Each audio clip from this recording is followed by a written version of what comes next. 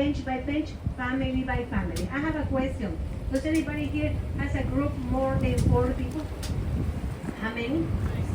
6 of you. Perfect. Okay. So they want Layer over layer.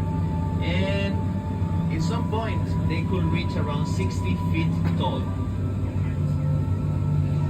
Those structures are built mainly by hard corals, which they grow around 1 inch every year. So imagine how long it took them to get that size. Those structures have been here for hundreds and hundreds of years.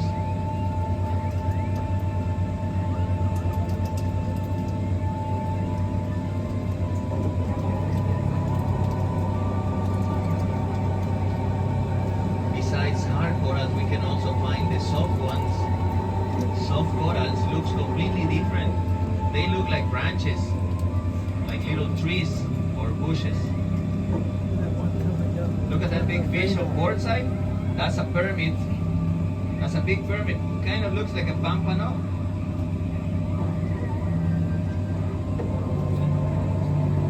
Also, those structures are built with sea sponges. We also have sea sponges, different kinds of algae, and each one of those structures are like underwater cities. And we say this because they have their own biodiversity. They have their own predators, their own prey, which is a big amount of sand and a big amount of poop, right? Really? So next time you're playing with the sand at the beach, remember that fact.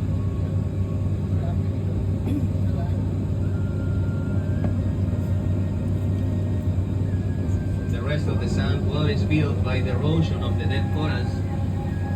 The dead corals, snappers swimming by. In this island we have around 12 different kinds of snappers. We just show one structure on port side, the next one is going to be on starboard side.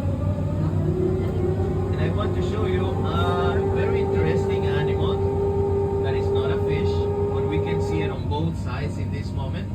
You're going to see some structures that looks like baskets, barrels, some of them looks like tubes, and they are hollow inside. Those structures are the sea sponges, and they are also animals. The sea sponges are the natural filter of the reef. Its structure is built by thousands.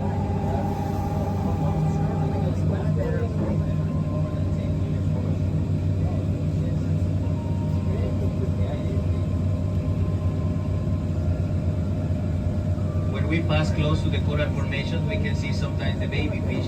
They look like mosquitoes swimming around. Attention on the starboard side, we're going to show this vertical drop off on the starboard side now.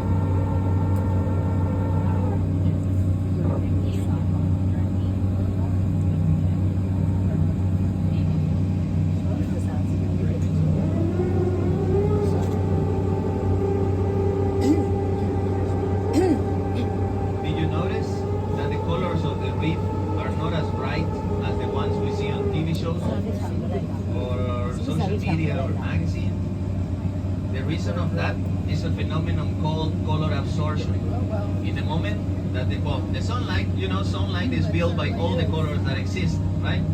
So when the sunlight goes through the salt water and reaches the bottom, not all the colors of the light are gonna make it to this depth. So some colors are stronger than others. For example, in front of you on the upper side, you're gonna see the color chart. The first color was the red, but in this moment it looks brown. And this is because the red, being the weakest, is the first one in being absorbed. Because the salt water is 800 times denser than the air. It's gonna disappear. We won't be able to see it. Do you want the real story or the one I made up? I'll tell you the real one, because they'll fire me if I say the other one. So, this vessel used to be a minesweeper of the US Navy back in 1943. The original name was Scuffles, and it worked for the US Navy from 1943 till 1964. In the 64, the vessel was sold to the Mexican government, and they turned it into a gunship with the name of Felipe Jicotencator. He worked for the Mexican Navy as a gunship and a coast guard till 1999. After its service was done and the boat life was over, the vessel was donated to this island, where we clean it all up and we sunk it on purpose to create this amazing artificial reef that today is a huge shelter for all the marine life that exists down here.